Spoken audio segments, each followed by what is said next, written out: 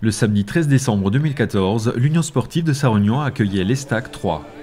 Après leur déplacement à Fleury-Mérogis et une qualification historique pour les 32e de finale de Coupe de France, Luçu retrouve ce soir le CFA. Malgré de bonnes prestations à l'extérieur, les Bleus sont toujours en quête d'une première victoire à domicile. Les locaux sont actuellement la lanterne rouge du groupe B après avoir concédé 5 défaites d'affilée. Il est désormais urgent de redresser la barre et d'engranger les points d'une victoire pour éviter de se laisser distancer au classement. Devant la réserve Pro de 3, Luçu devra faire preuve de toutes ses qualités pour renouer avec le succès.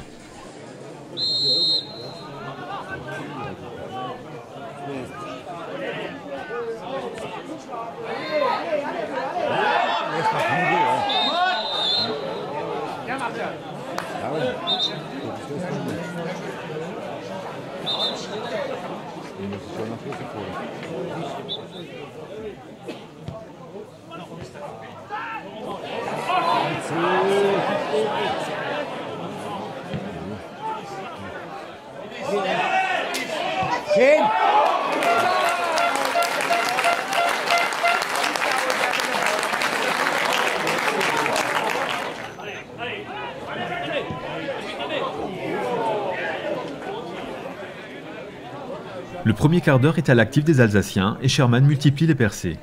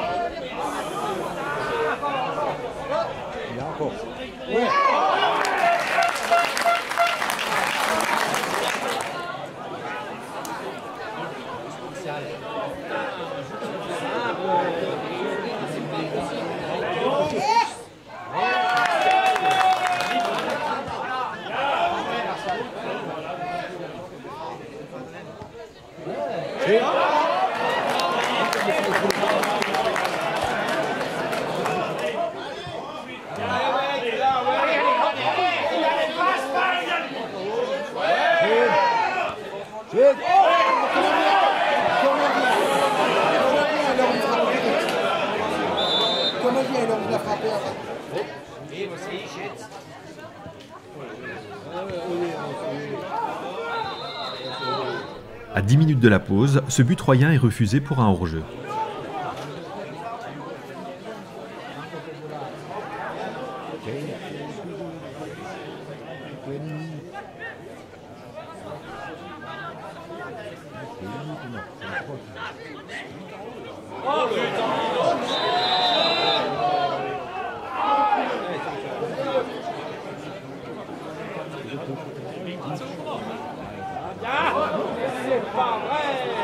C'est pas possible.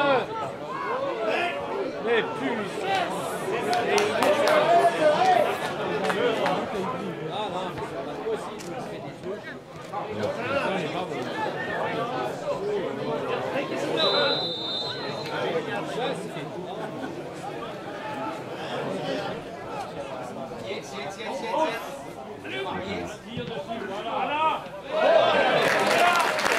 possible.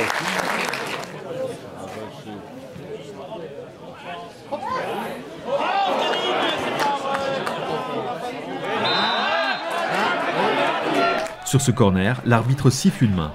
Pénalty pour les Bleus.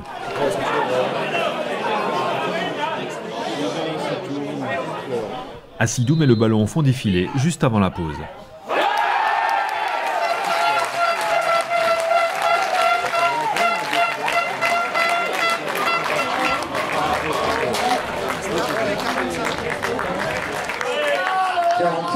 De jeu, ouverture du score pour le Sarre-Union par le numéro 10, Omar Assidou. À la reprise, le match ne souffre d'aucun temps mort.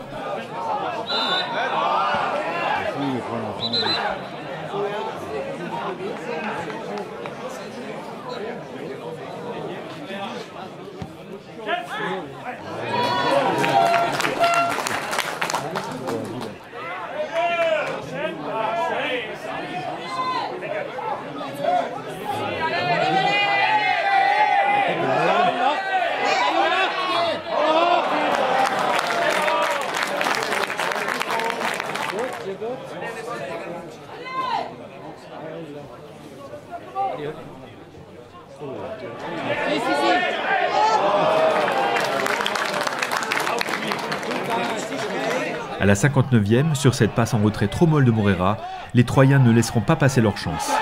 Mais c'est pas possible! C'est pas possible, ce mec!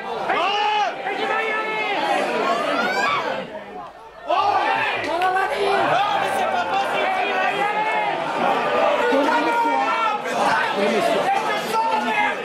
Passe interdite, passe en retrait doit être interdit. Non, mais à des fois, il faut ça.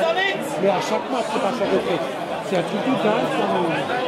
Pourquoi il ne va pas devant? Pourquoi la merde? Alors l'égalisation pour l'Estac de Troyes a été obtenue à la 59e minute par le numéro 7, Jordan Henry.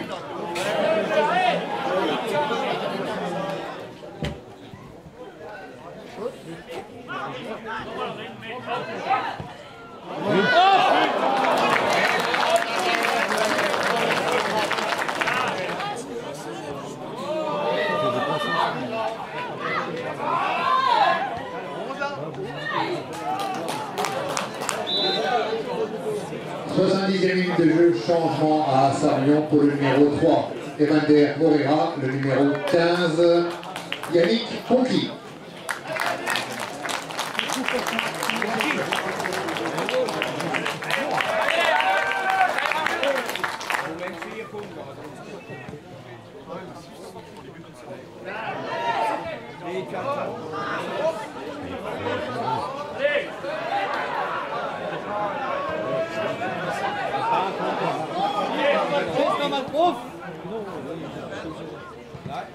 Allez!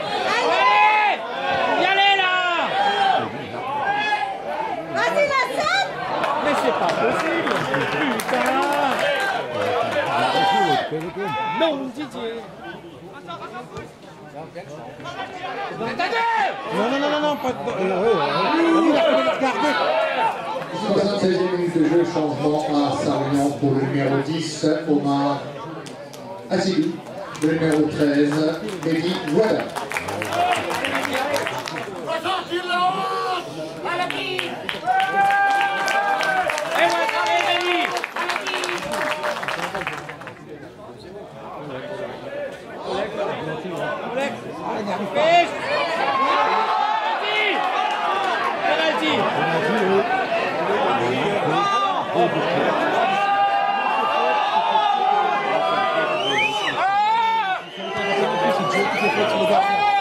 Ça appuie sur le gardien.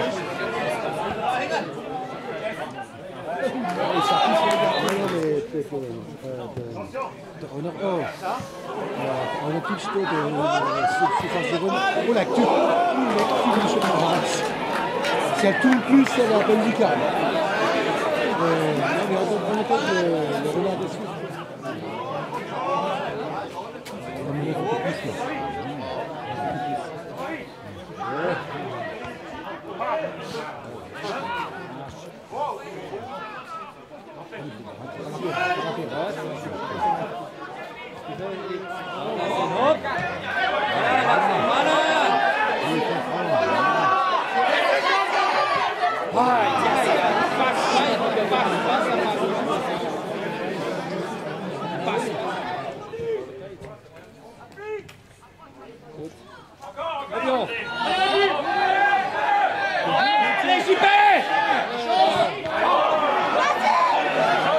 Mais c'est pas possible!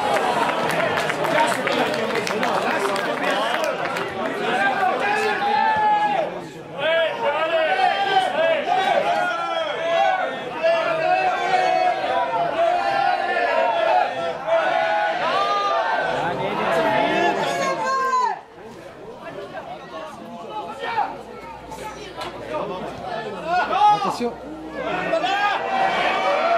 Aïe!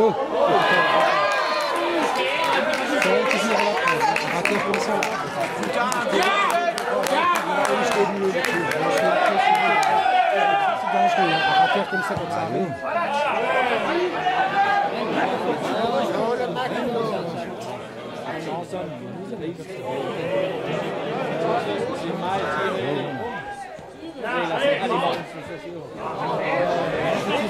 Il est fort à frapper, il est fatigué.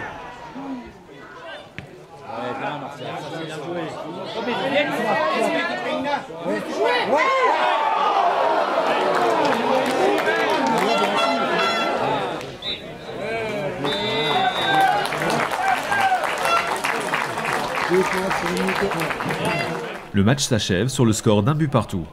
Les Bleus auront au moins enrayé la spirale des défaites. S'ils peuvent être satisfaits du contenu, reste la frustration du résultat. Il reste un match à l'extérieur avant la trêve, face à Metz, qu'ils devront remporter pour se redonner confiance. Je suis quand même relativement déçu parce que voilà, bon, on savait que c'était un match compliqué, vu que c'est une réserve professionnelle. Mais on a réussi à ouvrir le score, très bien, bon, voilà, sur un penalty. Mais après, quand on revient pour une égalisation et puis sur une erreur de nouveau individuelle, moi je dis qu'à ce niveau-là, c'est inacceptable. Ça arrive trop souvent. Ça arrive trop souvent. Voilà, 1-0, on gagnait le match, on avait 4 points. Là, on a perdu de nouveau 2 points. Je trouve ça très décevant. Et ça va être compliqué. Quand on regarde, maintenant on reste quand même dernier. Aujourd'hui on aurait pu faire un petit bond en avant et puis voilà, ce n'était pas le cas. Mais il va falloir réagir, mais ça va être compliqué, quoi, hein. Si on continue à faire des erreurs individuelles comme ça, on n'y arrivera pas. C'est pas plus compliqué que ça. Donc je sais pas, je suis déçu. Je suis pas déçu de l'ensemble de l'équipe parce que bon, ils ont quand même eu une semaine assez compliquée avec la Coupe de France, mais ce sont des joueurs de foot, hein, faut le savoir aussi. Donc bien évidemment, il peut y avoir quelques problèmes physiques, mais après il y a toujours encore une semaine, pas de repos, mais d'entraînement. Et puis ça, c'est à gérer au niveau du staff. Et puis après, il y a ce match qui est aujourd'hui, qui était déjà un match de nouveau un peu décisif, parce que la semaine prochaine, on se déplace de nouveau contre une réserve pro à Metz. Ça ne sera pas simple non plus. Voilà, j'aurais souhaité de ne pas passer Noël au fin fond du classement. J'en ai peur, hein, qu'on va peut-être y rester. Mais le championnat redémarrera de nouveau, c'est clair, en janvier. Va continuer et puis on a su toujours réagir. Maintenant, bon, il va falloir rééquilibrer certaines choses et quand même mettre les points sur les i sur les autres. Hein, donc, voilà.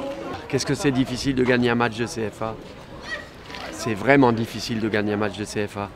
Alors on prépare les matchs, on monte sur le terrain avec plein de bonnes résolutions, plein de bonnes idées de ce qu'il ne faut pas faire pour gagner un match. On applique et d'un coup, voilà, on fait les grosses erreurs individuelles qui font que nous sommes aujourd'hui lanterne rouge de la CFA. Il ne faut pas se leurrer. À ce niveau-là de championnat, tant qu'on fait ces erreurs individuelles, on n'a rien à y faire. On n'a rien à y faire. Et je veux dire, là, aucun entraîneur au monde peut trouver la solution. Pourquoi est-ce qu'on joue vers notre propre but alors qu'il y en a déjà 11 en face qui essayent de nous la mettre? Donc là, quelque part, c'est incompréhensible. Après, sur le contenu, je peux absolument pas en vouloir aux joueurs. Ils ont tout donné, ils font tout, ils font des efforts. On fait une première mi-temps extraordinaire avec un gardien en face qui arrête tout. Voilà, et le match, il doit être plié. Il doit être plié.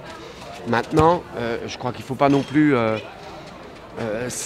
s'alarmer trop tôt. Il faut laisser le temps au temps et c'est tout. On s'est arrêté de saigner, on ne perd pas. On fait un très bon match à Fleury-Mérogis. Il faut qu'on engrange des points avant Noël. On va essayer de prendre quelque chose à Metz. Et voilà, moi je suis persuadé que ça viendra. Persuadé, ça peut que venir, mais il faut qu'on arrête les erreurs individuelles. Prochain match pour les Bleus le dimanche 21 décembre face à Metz, avant de rencontrer Boulogne-sur-Mer en Coupe de France le 3 janvier.